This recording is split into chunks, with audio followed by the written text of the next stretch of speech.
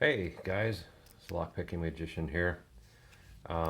Lately I've been seeing a bunch of posts on the Lockpicking Reddit sub. People saying, I just can't get into this master number 3. I can't rake it, I can't pick it. This is a white belt, really entry level lock that we all start with. A lot of us start with. So let's take a look at it. And oh, just a little magic there for you. I am the lockpicking magician. Anyway, so we've got a master number 3 here. Let's look at the key bitting. All right, and I'm going to show you guys a few things that I think maybe might help you have a little more success with this lock. So when raking it, you got to think about a few things here.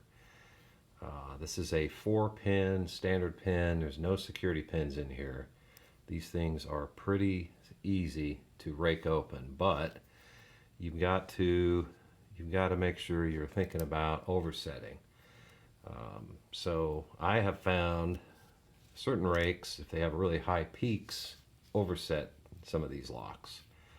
So think about your tension wrench, how much space it's taking up, and think about how much tension you're putting on it, and also how you're going about attacking it.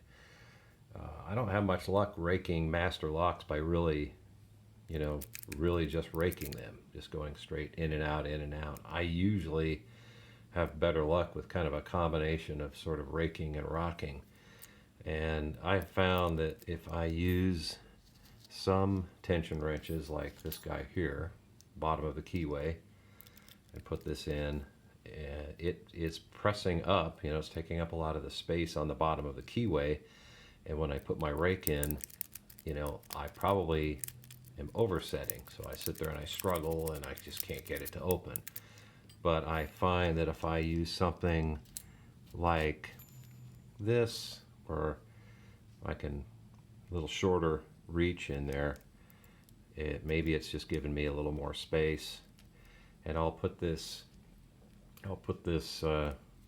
in and give it kind of medium tension, and then I'm using a worm here, which had just, this is all just random luck, but I'll put some pressure on it, and let's try that again. About medium tension, and just come in and look at that. And I can do that just about every time. So you got to play around with each of these to find, that right combination. And another trick is, after a few attempts, if I've overset, there's no point in sitting here fighting this thing forever and ever. I start over, release that pressure, let those pins drop, and give it another shot. Again, you're just playing the odds. See that? This time not working so well. Let's try it again. A little pressure, maybe a little more pressure. After a couple of tries, reset, and try it again. There it goes. So a lot of resetting. When I rake, I will try and see, you'll watch me kind of going like this with my finger, and I'm kind of coming in and then I release it. What I'm doing is I'm kind of randomly applying that pressure, and then once I've tried for a few seconds, then I let it go, and you'll hear it click and let it go. So let's try just raking. So it's so tight in here, I can't really even rake, but I'll just kind of vary this pressure to where I'm barely touching it, all the way to heavier pressure. But I have found with this one that this is taking up way too much space. It's much longer, and so that pick, when it comes in here, I am probably oversetting this immediately. Whereas for some reason this one, maybe there's some pins, maybe it's pin 3 and 4, that this one happens to not. It gives me a little more space, so I don't overset it. You can also try things like put a thinner one down in the bottom here, so you really get it out of the way. That's a lot easier to rake. But again, see, I'll go for a second and then I'll release it.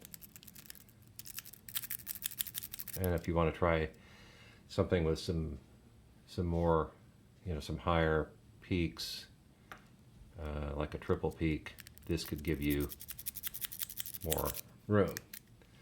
So that's raking. All right. Now let's talk about single pin picking. And that's what I've really noticed a lot lately on the Reddit sub, is people saying, I just cannot single pin pick this thing. It's killing me. What do we do about that? So what I'm going to show you is, again, you got to really think about oversetting. So you might try something like this versus something like this as your tension wrench. You put your tension wrench in here and come in here with something like a Peterson's gem in 18 thousandths. It's tight. There's hardly any space. I'm oversetting it, I can tell. So maybe go with something that just gets in there just enough to hold it, to give you that tension. And this one here, it's a 4 pin. I happen to know the binding order on this is a 2. Let's start over here. And still, it's very tight.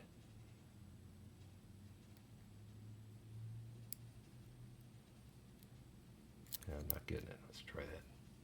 It should be a 2. There's a click. 1.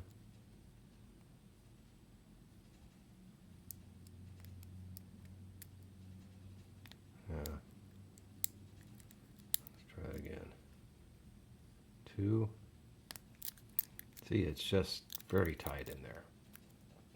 I even have to lean it all the way forward here to get underneath that. So in that case, maybe you might be wiser to go with something like this Sparrow's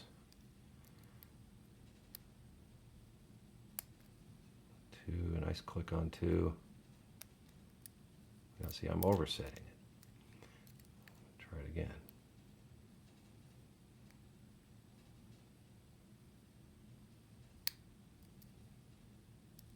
Okay, that's 2. There's 1. There we go. Okay. So the binding order on this one is 2, 1, 3, 4. And once I learn the binding order on a lock, I make notes, I write it down. I have figured out the secret to this lock. So that's so think about that. Something you can do is take the key, hold that, pick against the bottom of it where that's writing in, and make sure you can come in and lift those. And if you add in, the thickness of this tension wrench, you're really making it hard on yourself. All right, how about picking it with top of the keyway? Let's put this in the vise here. Okay, so top of the keyway with a 50 thousandths thick wrench and a Peterson's 18 thousandths gem. So I'll come in here and find 2. Hear that click? 1. Maybe that was 1. All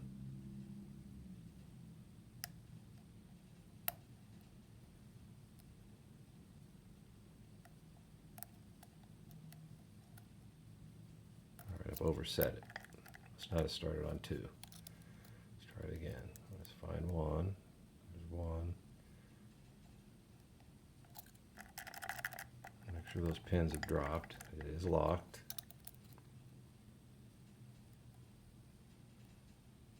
I believe that was 2. 1.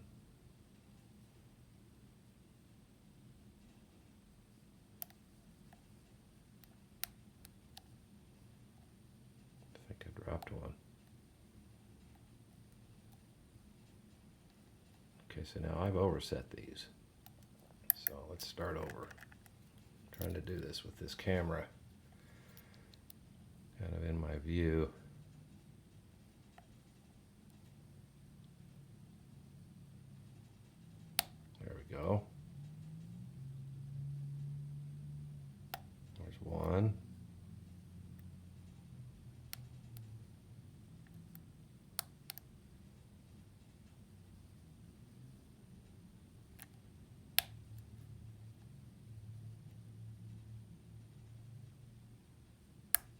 There we go. Okay, so the trick with this is medium, not light. This isn't light like you're doing you know, the real light, feather light kind of tensioning you would do on a American 1100. This is pretty good pressure. Not heavy. I'm not bending the pry bar, you know, and I'm finding the binder,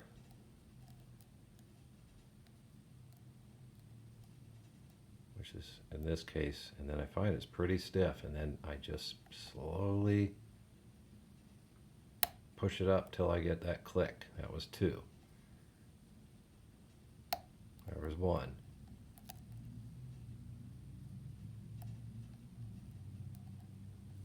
Okay, I may have overset 1.